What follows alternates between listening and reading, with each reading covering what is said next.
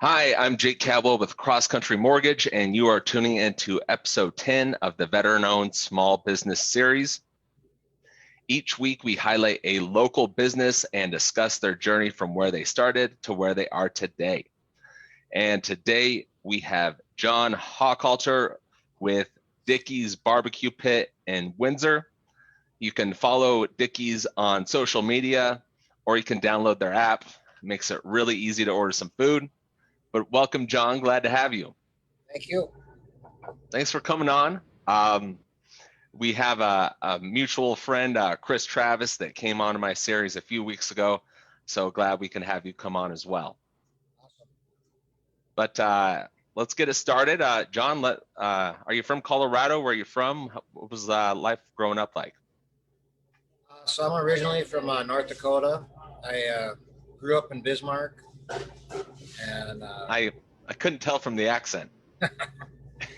either that or I get mistaken for if I'm Canadian. Oh, I'm sorry.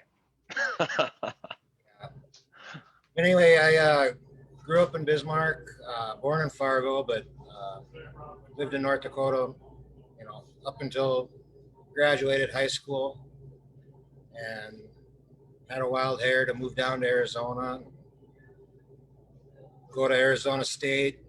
Evidently, I had a little too much fun down there, so I kind of came back with my tail between my legs. And my dad was a veteran in the Marine Corps, and I decided to enlist in the Marine Corps, and it was one of the best decisions I made. It got me out of North Dakota for one, which I was definitely ready to get rid of those winters and just, not being near a big city. I like stuff like that. So I enlisted in the Marine Corps and went from there. So growing up in North Dakota, my dad was actually born in North Dakota too, grew up there, and the cold up there is no joke. I mean, Colorado, we're a few states away, but weather's way different. But growing up, I always remember this story where he's saying that in the winters, you could take a cup of hot water, go outside, throw it up in the air, and by the time it hits the ground, it's frozen. Yeah, no, it's actually boiling water, and it forms basically like snow. I don't remember if it had to be colder than zero, but it was, yeah. And they do it on the no news joke. every year there, it gets 20, 30 below, and the weatherman will go out there with, his cup of boiling water. No, we've had, we moved to Colorado in 2012, but that was definitely one of the reasons is the winters are just so brutal and just kind of gloomy. The sun's not out like it is here. So, we've had many times where we've been snowed in, or, I used to do that as a side job, move snow in the winter when I come from a construction background before I decided to embark on becoming a restaurateur, I guess. But yeah, and we still get back there, but it's nice to visit, not necessarily be stuck there. Stay, yeah. Well, I mean, that makes sense that you graduate high school there and go to the complete opposite side of the spectrum, somewhere baking hot. Yeah. Did you enjoy your time down there in Arizona? I did, and but it was just one of those. I didn't have a lot of direction out of high school. I mean, I got good grades and stuff, but just didn't know what I wanted to do. So I figured I'd, go down there, go to school, get residency, and kind of work my way into it. Just part of growing up. It didn't work out for me. So yeah, I mean, I came back, and I like, you know what, I'm going to join the Marine Corps. And yeah, I mean, I was completely the same way. I went to a year of college, and I felt lost, but I wanted to serve some higher purpose. So that's why I joined the Marines as well. So I completely get that. So you kind of got the inspiration from your dad. He was in the Marines as well. Yeah, he was a Vietnam vet, Purple Heart, Mm. and he's still, he's got all the Vietnam bumper stickers. Oh yeah. Uh, he's pretty hardcore and still has all his stories from over there. And even though I've heard most of them 5-6 times, it's still Yeah, I mean, pretty crazy the stuff that went on over there. And what those guys went through is just, it's insane. I mean, I have nothing but respect. Those are, when you hear about the stories about those, Vietnam, Korea, World War II vets, those are some old hard chargers. I mean, I can't believe it. well, and that was when Full Metal Jacket came out. I think I was maybe a sophomore or junior. I didn't know what quite year it was, but I was still in school and I went to that with him. And he's like, "Yeah, that's pretty much how it was." I went in eyes wide open that it wasn't going to be, no walk in the park going through boot camp and all that. But it definitely, came out stronger in the end and definitely taught me some good values and just regimenting yourself and just, Yeah, and I completely agree. You learn to find yourself real quick, after going through boot camp and some of those struggles. And then once you got out of boot camp, what job did you go into in the Marines? So I was a 2147 LAV repair technician, which I had no mechanical background. I was colorblind, so. Oh, really? I had to go in on an open contract, which, that is Hey, what it anyway. Could have been much worse. Oh, yeah. No, we were stationed at Del Mar, so, guys go out surfing on lunch break, and it was not too bad. Not too bad of a station to be at. But no, I mean, and I took it for what it's worth. I was at the component rebuild platoon there, so we would rebuild the transmissions and engines, and it was a good learning experience for me, but it wasn't necessarily what I felt my calling and life was to pursue that. So when you got out, you had this, had done this mechanical work. When you got out, what'd you do then? So I moved back to Fargo and in with my dad, stayed with him, and ended up getting on with a ready mix concrete company as a driver. And again, I didn't have my CDL, but I had a buddy that worked there, and so I was grinding gears around the yard till I learned how to double clutch. And but I caught on real quick, and pretty soon I was running a concrete pump truck and worked my way up through the company, and then eventually made my way into the office as a dispatcher. And I kind of thought that was my calling, I guess, stay in that industry. And I branched out and formed my own concrete countertop company that I was partnered up with a buddy of mine. We did that for about 6 years. But I always kind of kept pulling back to the ready mix industry. So go ahead. So you were in that world, concrete construction. How many years did you do that? Almost 20. 20 years. Wow. Yeah. So there's little spices in between where I was doing some other stuff, but and that's how we got down to Colorado. Is my wife Sarah and I she'd always lived in North Dakota, and we had family in Colorado. We had visited, and we had a 7-year-old daughter at the time. If we're gonna make a move, let's do it while she's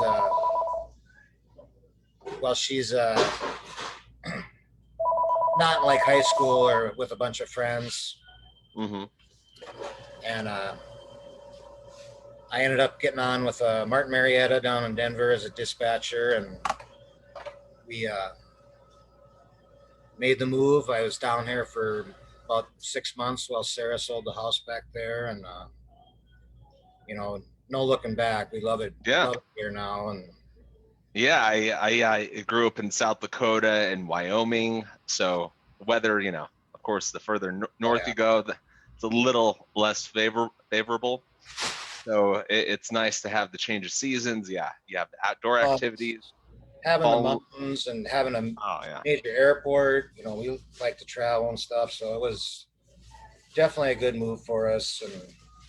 And like I say, her being she's a realtor, so uh, she had sold some other friends of ours a house in Windsor, mm-hmm. and it's like, she just fell in love with it and said, "You got to come check this community out, this neighborhood." And it was like less than 2 or 3 months later, we had our house listed in Denver, and that sold, and we were moving up to Windsor, and it was a great move for us. We really love the community, and the friends and people we've met here have all been great. So Yeah, I couldn't agree with you more. We my wife and I have moved around a bunch, whether California, Colorado, Tennessee, and our last move, we lived kind of on the outskirts of Nashville, and we actually loved it down there. It's just that small town vibe, just that charm. right, And so when we came back to Colorado, I knew of this area, but I'd never really been up here too much, and we just fell in love with it too. I mean, I feel there's like a community bond here that mhm, you don't get a lot of places. You have the luxury of having everything that you need real close, but there's just that small town charm. I mean, it's exactly. just when you go downtown, when you meet new people, you just feel welcome. No, I 100% agree, and that's with guests we get in the store. Being able to know them on a first name basis, or what they're going to order. What are you getting today? Mm-hmm. So, That's awesome. it's I really like that community, or and people knowing that we're serving, or that I'm a veteran or whatever. They're always giving me a Semper Fi or thank you for your service, and of course it That's awesome. goes both ways with me if I see somebody, and but yeah, it's Yeah, and so you find this new community, and you're working down in Denver, working with concrete. How do you end up getting it in with Dickies and starting that franchise? so it was fall winter of 2018. My business partner approached me. I was kind of in between ready mix jobs, and I had quit with Martin Marietta because I just got sick of the commute, was the main reason. And he said, I've been doing some research on fast food and different restaurant chains, and I really like this Dickey's model. He goes, "What do you think about running a restaurant?" And I'm like, "Wow, Well, I've never I done don't that." know. I Okay. mean, I love to cook. I love to barbecue. I've got a good work ethic, but I'm like, well, let's see what it's all about. So we, it's, March, or no, it was February. It was over Valentine's Day. We flew down to Dallas and met with all the Dickies people, and that kind of got the ball rolling. And then uh, that spring and summer, we started looking for space, and couple of ones we looked at fell through, and then I was literally just driving in North Water Valley, and I saw that the Crooked Cup, or what used to be the Crooked Cup, where we're located now, had availability. So we went down that road, and you know, You found the spot. on the spot, got contract signed for remodel and demo, and which was a whole, gave me a few more gray hairs, it's, Yeah. and I've got brother-in-law and sister that own a couple of restaurants in Fort Collins, and they kind of said, it's not just going there and, throwing a couple of briskets in the smoker and then walking Yeah. away. And, Yeah. there's a lot more to it, which I've learned, and it's definitely been a growing experience. But I think, like we talked yesterday briefly, just that some point, when you're trying to get to the top of the mountain, you're stuck kind of halfway, deciding, do I keep making my path up, or do I gotta go back down to the base and find a new path? Mm-hmm. So that was kind of my mentality going into it, that okay, this is a whole new trek I got to make to do this. And Yeah. it was a Yeah. leap And of faith, but we're making it through the COVID year so far, and hopefully. yeah. So I want to highlight that part, is that you started, the process in early 2018, investigating it, but you guys opened in December of 2019. Yep. So right before COVID, this happened. So, I mean, obviously it's had a big effect on, the projection of your business. So I just want to underscore that to people watching, that there's a lot of folks out there that are in similar situations. So I think that we need to help support our community, back these local businesses, because it's the foundation of America, the back of the small business owner. So I really want to underscore that and say that we need to get out there. Dickey's, all the other businesses that I've had on my series, and that's the reason I'm doing it, is so we can back these businesses and help them be successful and have some sense of normalcy, to help us bridge this journey this year and keep things going for you. So that's just crazy. That sucks. It sucks so bad, and I really feel bad for you on that. So you're back, you're open, and now there is now you're running. Obviously, this is where the magic happens, right behind you. And so when people go to Dickey's, it's not just a dining experience, right? There's other ways. You guys are doing curbside delivery. Is that right? Yep, we've got curbside. We've got our drive-through window, which, I mean, I honestly, if we wouldn't have had that, I don't know if we would have survived, or Wow. definitely would have made things a lot more difficult, because we closed the dining room down for a while, and pulled all the tables, and it was a whole new experience to try and manage, and we were still getting orders, but we've got a bunch of new employees that, a lot of them were new to the restaurant industry. A lot of it was first time jobs. I've got a junior daughter who's a junior in high school, and I had 6 girls that are all juniors, their first job, and it's like, okay, all right, here we go, get to training. Yeah. But they've all done well, and it was somewhat of a blessing, I guess, that with the school being canceled and the different learnings, we were able to give them some hours during the day when normally, they just maybe were working nights or weekends.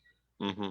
So, we're giving back that way and teaching them some responsibility, and just That's giving awesome. them their first job experience. So, well, that's very cool. My first job was at Dairy Queen in the food industry, and yeah, that's what you do.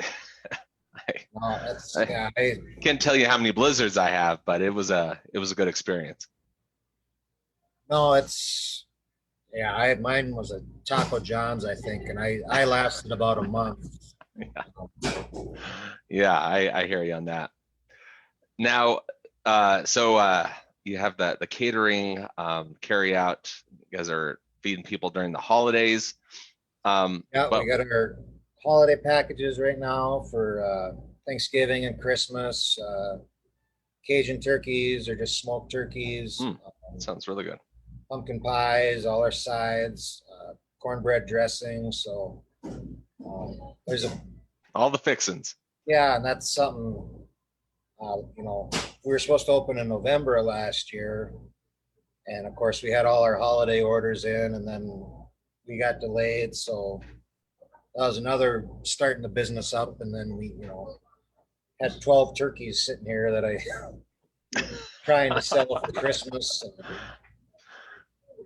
Yeah, and yeah, and I, as you tell your story, and that's a common theme that we seem to talk about in the series, is that you're always going to have those struggles, but it's about that perseverance that keeps you going. I mean, COVID is no better example of overcoming an obstacle that you never thought you'd expect. Exactly. So I appreciate that the determination that you have to get things going and make things work. I think that's definitely a good mantra I learned from the Marine Corps, was that adapt and overcome mentality that, Absolutely. So Yeah, keep on charging. Yeah, for sure. And I saw that you guys are doing a lot of cool things. Even through the pandemic, you're still trying to give back to the community. I saw that Dickey's has the pink, yellow big cup, which they help. It's screenings for first responders for breast cancer, right? Yep, and a proceed or a percentage of all the pink, yellow cups are going towards that breast cancer awareness and first responders. And the month before, we had our first responder big yellow cups, which was same percentage as that. And we've always given military and those in uniform and our first responders, discounts here. We went so far as, not to get too political, but with all the anti-police kind of stuff we did, the end of, I think it was September, October, for a couple of weeks. We just flat out said, if you come in uniform, to meet your meals on us. That's awesome. So we've got a really good relationship with the police department here and the sheriffs, and, the fire crews. And, we've done drops at the end of the night if we've got a bunch of leftover meat, that we can't hold for the next day. So they're always super appreciative of that. Vice versa. Awesome. Appreciative of what they do. Yeah, I am all about supporting those who protect us. We did something similar.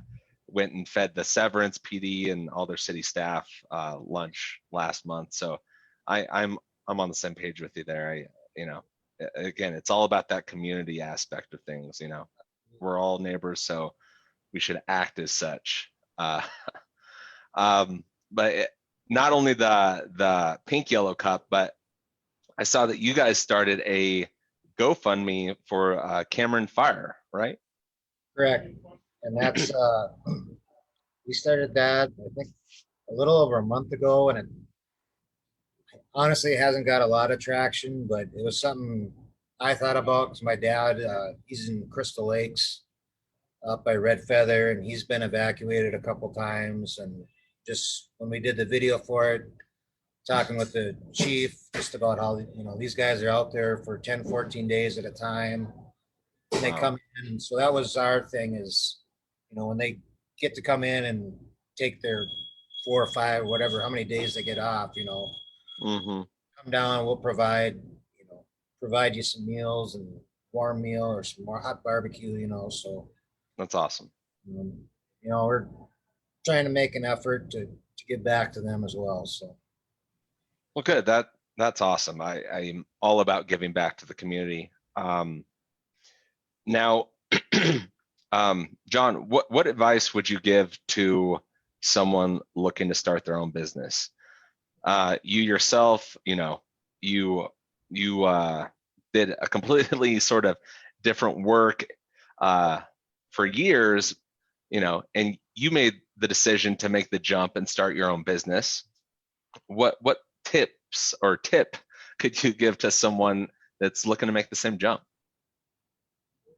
I'd say definitely do your research, and the more people that you can talk to, peers or uh, people in the industry, um, get their feedback just so you're kind of going in eyes wide open. Because I mean, I thought I kind of knew what was stepping into, but it's a lot Yeah, more, like I say, than just throwing briskets in for 12 hours and watching.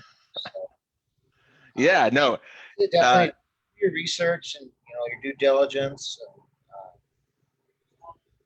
just if you decide you're going to do it, then do it. I mean, don't half-ass it. Just full speed ahead and just take what it throws at you, and you gotta count on family for support, obviously, and friends, and hire good people. That's really helped us a lot. yeah, and that's actually something that no one has brought up that I've talked with so far is hiring good people. And that's one of the most difficult things to do is finding the good staff. So, I mean, gosh, there's so many resources out there, and that kind of goes to what you're saying is doing your research and hiring good people. There's so many resources out there that, you'd be a fool not to, take advantage of the internet. There's so many tools for new business owners out there that are looking for, the tips and the tricks and the hacks No, to it's be to gain that knowledge, because you should always be learning in life, but especially if you're running your own business, if you want to succeed and keep on improving. So I think those are wise words. well,